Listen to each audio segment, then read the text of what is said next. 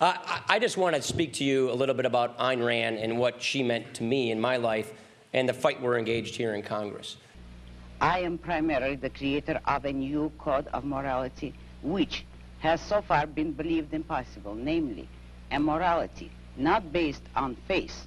On faith? Not on faith, not on arbitrary whim, not on emotion, not on arbitrary edict, mystical or social, but on reason, a morality which can be proved by means of logic, which can be demonstrated to be true and necessary. You can't find another thinker or writer who did a better job of describing and laying out the moral case for capitalism than Ayn Rand. My morality is based on man's life as a standard of value. And since man's mind is his basic means of survival, I hold that if man wants to live on Earth and to live as a human being, he has to hold reason as an absolute, by which I mean that he has to hold reason as his only guide to action, and that he must live by the independent judgment of his own mind, that his highest moral purpose is the achievement of his own happiness. I grew up on Ayn Rand. That's what I tell people. You know, everybody does their soul searching and trying to find out who they are and what they believe. I grew up reading Ayn Rand, and it taught me quite a bit about who I am and what my value systems are and what my beliefs are. It inspired me so much that it's required reading in my office for all my interns and my staff. We start with Atlas Shrugged. And let me start by quoting from a review of this novel, Atlas Shrugged, that appeared in Newsweek. It said that you are out to destroy almost every edifice in the contemporary American way of life, our Judeo-Christian religion, our modified government-regulated capitalism, our rule by the majority will. Other reviews have said that you scorn churches and the concept of God. Are these accurate criticisms? Yes. It's so important that we go back to our roots to look at Ayn Rand's vision, her writings, to see what our girding, undergrounding principles are. Yes, what is self-sacrifice? You say that you do not like the altruism by which we live.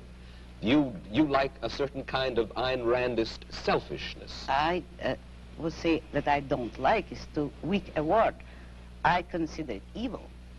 It's so important that we go back to our roots to look at Ayn Rand's vision, her writings, to see what our girding, undergrounding principles are. Yes, we're taught to feel concerned for our fellow man, to feel responsible for his welfare, to feel that we are, as religious people might put it, children under God and responsible one for the other. Now, why do you rebel? What's wrong with this philosophy?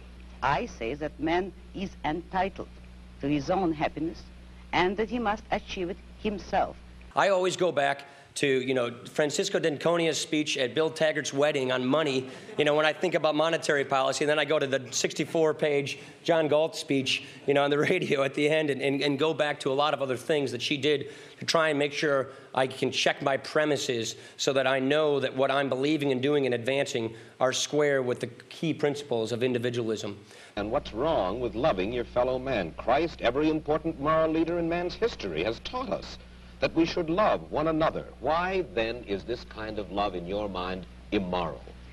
It is immoral if it is a love placed above oneself. To try and make sure I can check my premises so that I know that what I'm believing and doing and advancing are square with the key principles of individualism.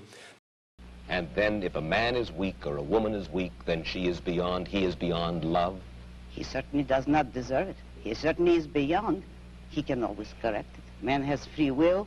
If a man wants love, he should correct his weaknesses or his flaws, and he may deserve it, but he cannot expect the unearned, neither in love nor in money, neither in matter nor spirit. You have lived in our world, and you recognize the fallibility of human beings. There are very few of us, then, in this world, by your standards, who are worthy of love.